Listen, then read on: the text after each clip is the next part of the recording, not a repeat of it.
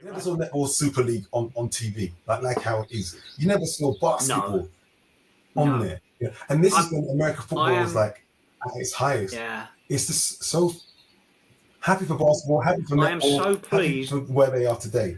But we've just missed the trick, man. Us just not, sorting out our front garden, us not sorting out our house first. Do you know what I mean? It's so frustrating, especially so at that time, like you say, I was and been around football in the 80s to 90s to the noughties, and just being around it and not seeing it moving forward. It's just so frustrating. Yeah, I get it. I do understand it, but having been there, part of behind the scenes, it was a lot of times like first of all, we don't have the experience to do this.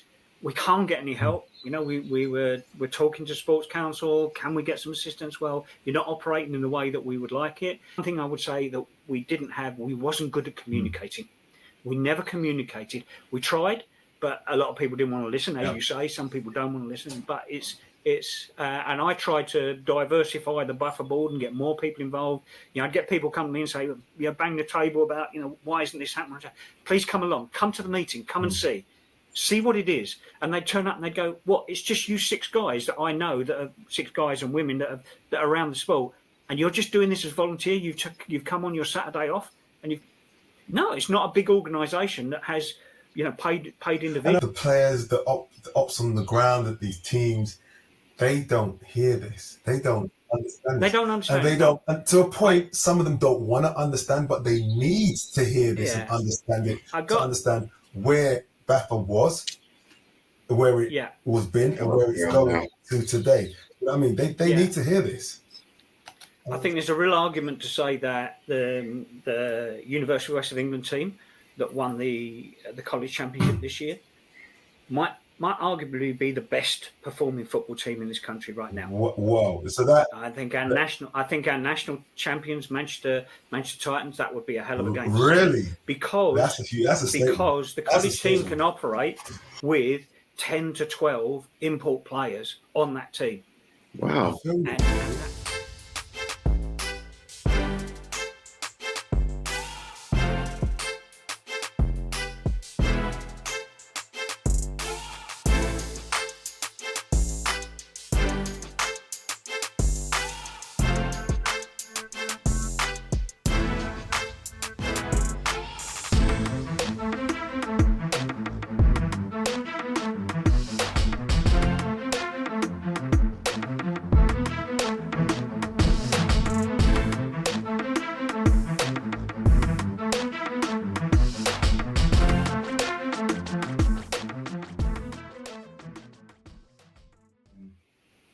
You were head coach for the women's team.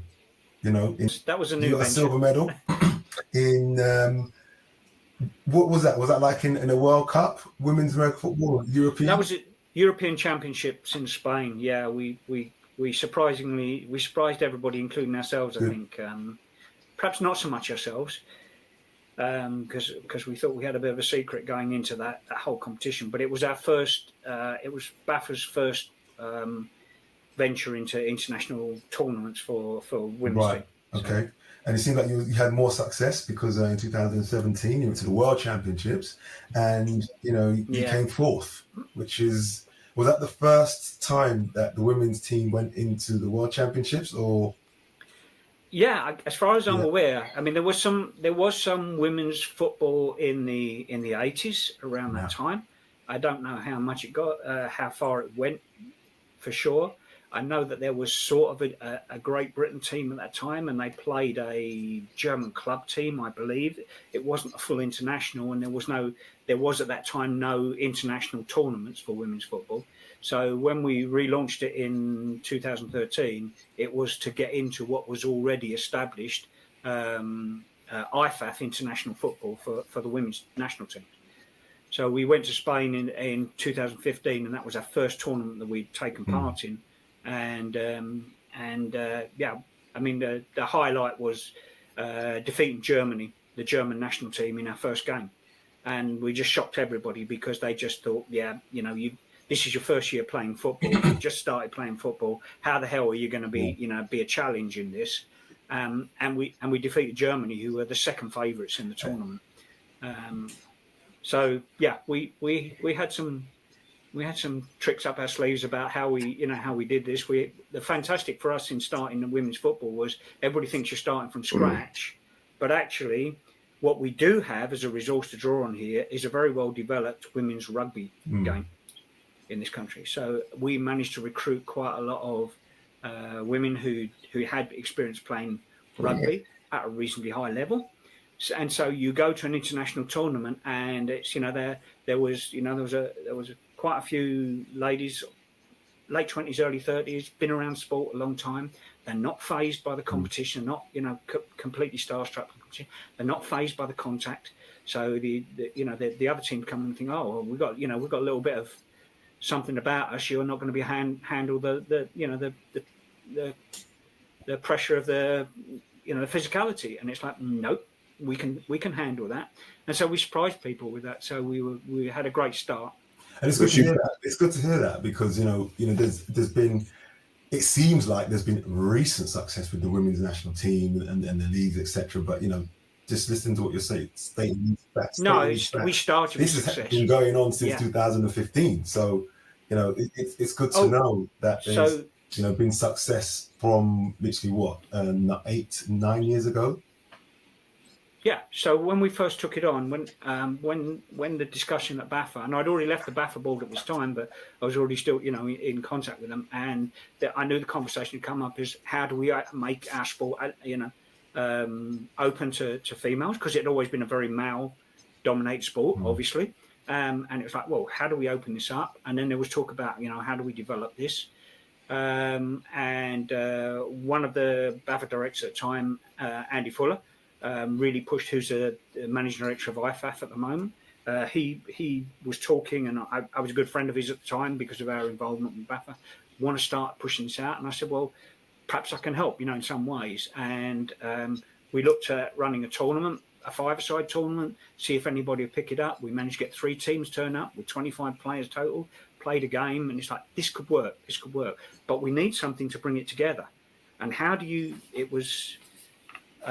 I took on the role of developing women's football for BAFA, and we need a model. How do we build this? How do you start teams and just create a sport from nothing? Yeah. And we went with the model of let's create a GB national team for women and work from there. And we created the women's team, the national team, and started that. That was our promotion. That's our flagship program. That's what's going to excite people about wanting to be involved in a new sport, the opportunity to play with the national team. So we pushed that, and we started doing once a month. It was like, come to Warwick, I think it was. We used to go to Warwick University once a month. Come here Saturday and learn the game. And then we started getting more and more women coming along, and then once we knew that we'd got enough people coming once a month to do it, they go, I want to do this more. How do I play more?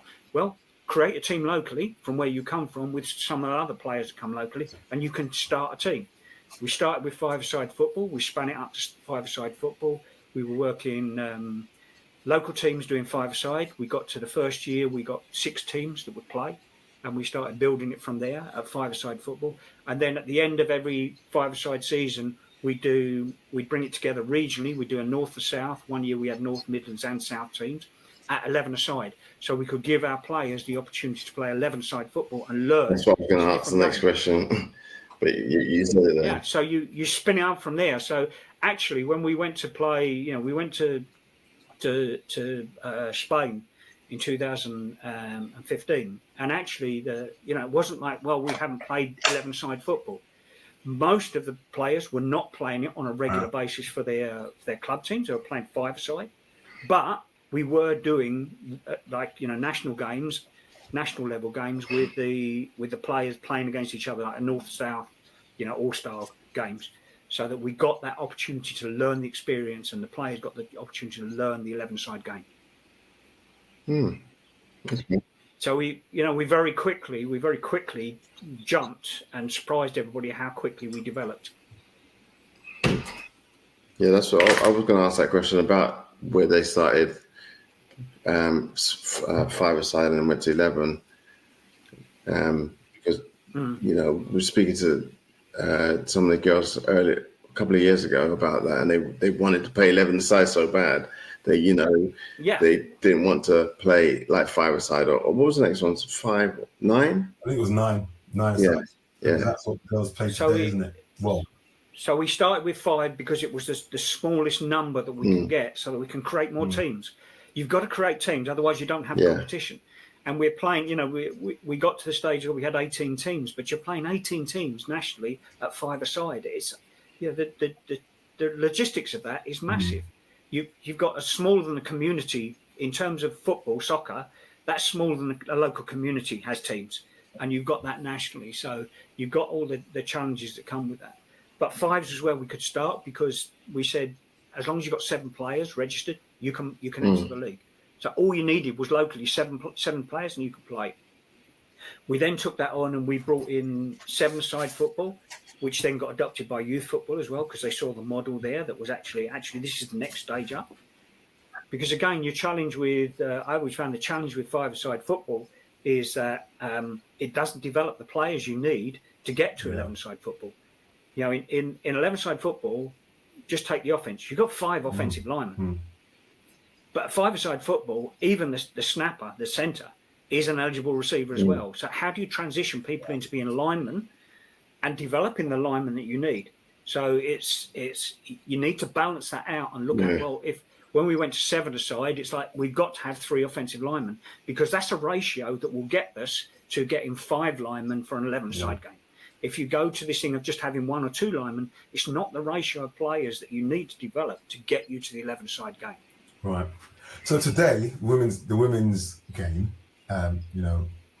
just fast tracking to 2024.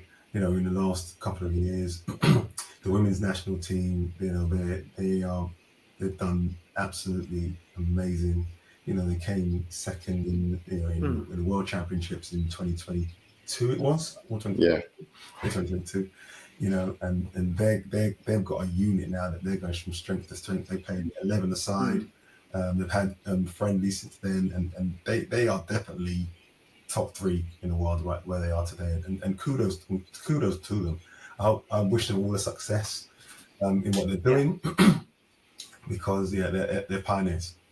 If you ask me, when it comes to American football and GB and on the world global on the world globe scene, our women's team are way up there. So kudos to them. Yeah, I'm very, very pleased with it, with the way that's developed. So having been involved in it right from the start, I'm so pleased with the way it's developed. Oh, you're part of that journey, though. You're most definitely part of the history. Well, my key and part of the setup always from the start was I always said I want to get this to the level where this game belongs to the women. This is the women's sport.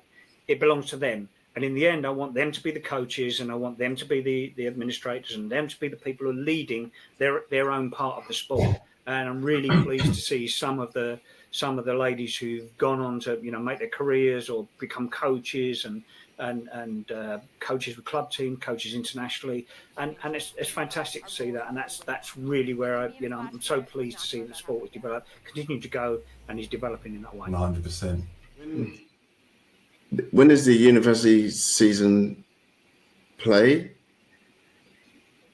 Okay, so the league season usually starts at the end of September, because obviously it's tied to the academic year. Most universities will start up their first semester around middle of September or start of October.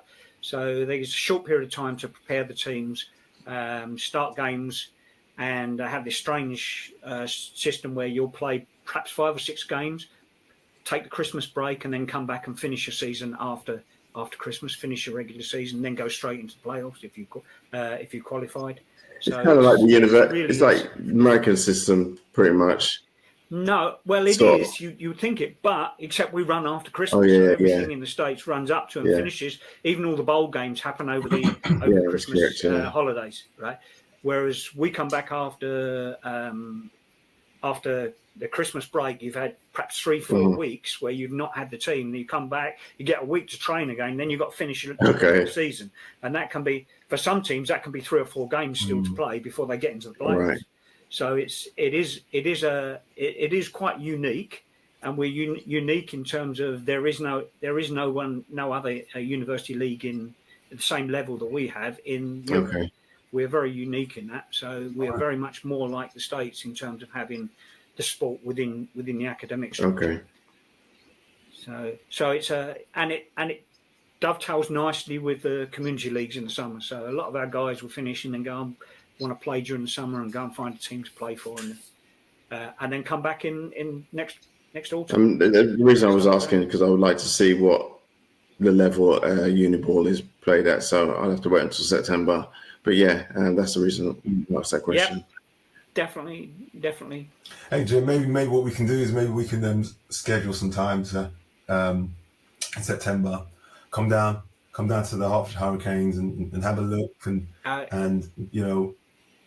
help you out and help us out. I would love to have you guys come down, be role models, talk about football. Yeah, have an opportunity to talk to the team. That would be great to do as practice. But you're always welcome at our games as well. Brilliant. Guys, I've got sideline pass for you if you ever. Oh yeah, definitely. I definitely want to see what it's about because you were saying that that in your opinion that it's a lot better. So I'd like to see it and have my own opinion on it. I have seen some of the community football lately, so I'd like to see what that level of play is at the university level. Yeah. Okay, definitely. Please do come down. Would love to see you, and I'm sure other teams would be. Yes, definitely. Appreciate that, Jim. Jim, appreciate it, man. Thank you very much. No problem, guys. No problem. More than happy to talk the rubbish about football for all these years, cut it all up again, as you say. It's like, oh my God, we could spend the rest of our lives just talking about what's already happened. We could. We've got so much history and so many things to talk about the sport, the changes, the highs, the lows, the accolades, there's so much. And some of it isn't nice, man. Some of it is it's the truth. Some of it is the truth. Because it's like I say, I've been in sports development for quite a long time, and we always look at the challenges we've had in our sport, and I'll call them challenges. The growing pains that we've had in our sport. But you look at all sports; they all have these same problems. All sports struggle to get people to officiate games. Struggle to get enough people to officiate games, struggle to get volunteers to help support their clubs, all of them. Professional sport, you look at our most successful sport in this country, and you say, Premier League, soccer, and you say, yeah, look at that, amazing. You say, how many of those teams are teetering on the edge of bankruptcy all the time? They have their different problems, but they have their problems. It's not all plain sailing. When you look at things like, let's go back to like the early 90s, man. Netball Super League on TV, like how it is. You never saw basketball on there. Yeah. And this is when American football was like at its highest. Yeah. It's just so happy for basketball, happy for netball, I am so pleased happy for where they are today. But we've just missed the trick, man. Us just not, sorting out our front garden, us not sorting out our house first. Do you know what I mean? It's so frustrating. Especially so at that time, like you say, I was and been around football in the 80s to 90s to the noughties and just been around it and not seeing it moving forward. It's just so frustrating. Yeah. I get it. I do understand it. But having been there, part of, behind the scenes, it was a lot of times like first of all, we don't have the experience to do this. We can't get any help. We're talking to Sports Council. Can we get some assistance? Well, you're not operating in the way that we would like it. They had their own structures. So when I first started talking with Sport England back in the noughties, and we were talking with them about support, they had a structure where they only funded 40 sports. It approved to 46, but you've got over 130 sports that they recognise in this country. But at that time, their development model was, well, we only work with the sports that have reached a certain level. And we was always saying, like, well, how do we reach that level? Because we're second-class citizens right here. How do we get to that level? Because we can't get over the barriers we've got. Just something that, because I was involved with safeguarding within sport. Part of my role working with Essex County Council was I was the lead safeguarding sport officer within Essex County. So safeguarding was a big issue for me. We were operating, I'll go back, say 10 years ago, we were still operating with one volunteer national safeguarding officer. Now teams might have it, but one person operating as a volunteer to operate safeguarding for a national sport, for our national setup. If you go to rugby, football, they have dozens of. If you go to soccer, they have, every county has a full-time welfare officer, safeguarding welfare officer, working within their county level. We didn't have anybody. We had, bless her, because she was a great friend of mine, Marlene Price. I know Marlene, yeah.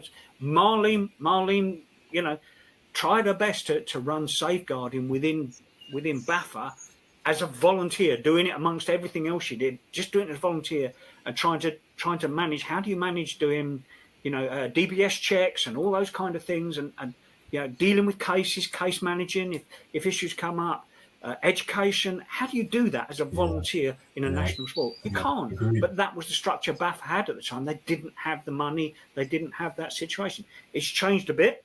I think Pete Ackley coming in. Pete Ackley, he hangs his hat on the fact that now BAFA have that relationship with Sport England, and they can now apply. They've done the work in the background, and they can now apply for funding from Sport England.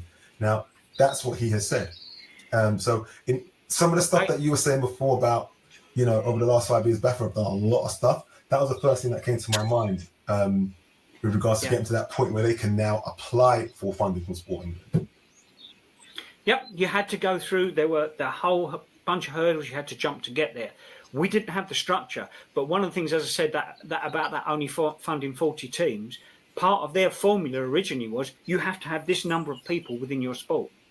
And we didn't have enough people within our sport to achieve funding. So we could knock on the door and say, look, we're trying to do this. And it's like, but you're not big enough yet. And it's like, but how do we get big enough if we can't get even a little bit of support? Now we got some little bit of supports, you know, off and on, but not like this. Yes, you're going to get a budget. I mean, working in sports development, I used to see what they used to give them 4-year budget plans to sports. I've seen the money that they put into other sports, national governing bodies, and you get rugby, and it's like, rugby, your deal is 45 million over the next 4 years, you know, and it's like, what? And I can remember. Can we have you know, £5,000 please to help us do some stuff?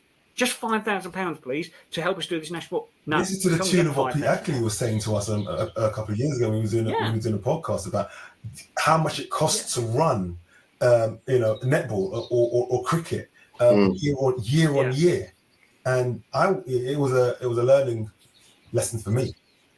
People are always saying, we need some money for our national teams, and it's like, we don't have money to, you know, we're trying to fund meetings. Do you know what I mean? It's how can you do that with the kind of money that we're, it just wasn't possible. Jim, the public, the players, the ops on the ground at these teams, they don't hear this. They don't understand. They don't understand. And they don't, and to a point, some of them don't want to understand, but they need to hear this and understand it to understand where BAFA was, where it was been, and where it's going to today.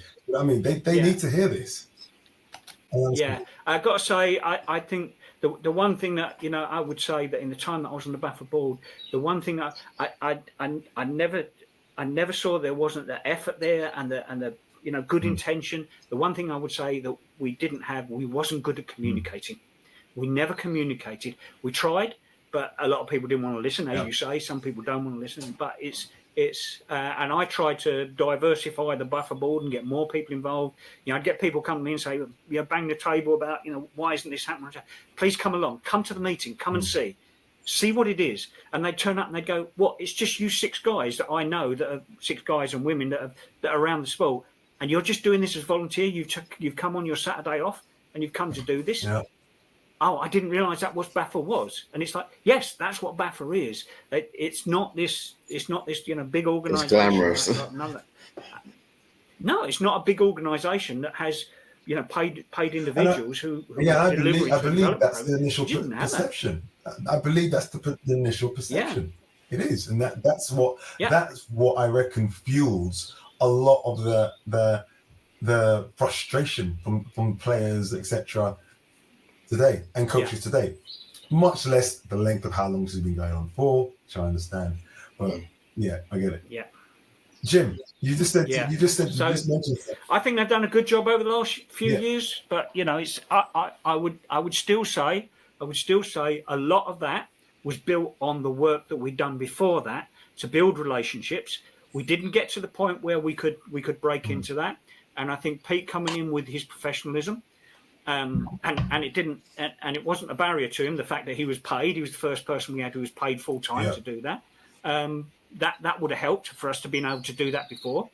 Okay, so BAFA had got to the level where they had the money or could get the money from somebody to give somebody to come and do this full time. If we'd have been able to do that in 2004, we could have got there. So that work that went behind the scenes gave the opportunity for the people who came along over the last 4 or 5 years to say, look, we've got this new structure, we're going to do this, give us some help. And Sport England changed to the level where they could do that. Whereas before, it was up for a long time, they actually couldn't give us any money because their structure said that they couldn't. Their development model said they couldn't. They only funded 40 sports. And you had to get within that 40 to be funded. It was like, that's catch-22. How do we do that? They're not showing you the template of things, of the prerequisites that you need to do to apply. No, I get it. Yeah. Jim, thank you very much, man. This is stellar, man. This is really good. We appreciate your time and your knowledge, etc. And we will definitely be in contact and take up that offer. I'm not going to bend your ear to Hertfordshire. I'm not bend your ear anymore about it, but I'm more than willing to share the experience I had from all that stuff behind the scenes, because it's the only way we can understand and grow. And actually, you know, I find now, even when I talk to people within the women's sport now, because I haven't been involved with it for 5 years, they don't even know that I was involved with it. Yeah. You know, and I kind of started it. I launched it. It was my baby.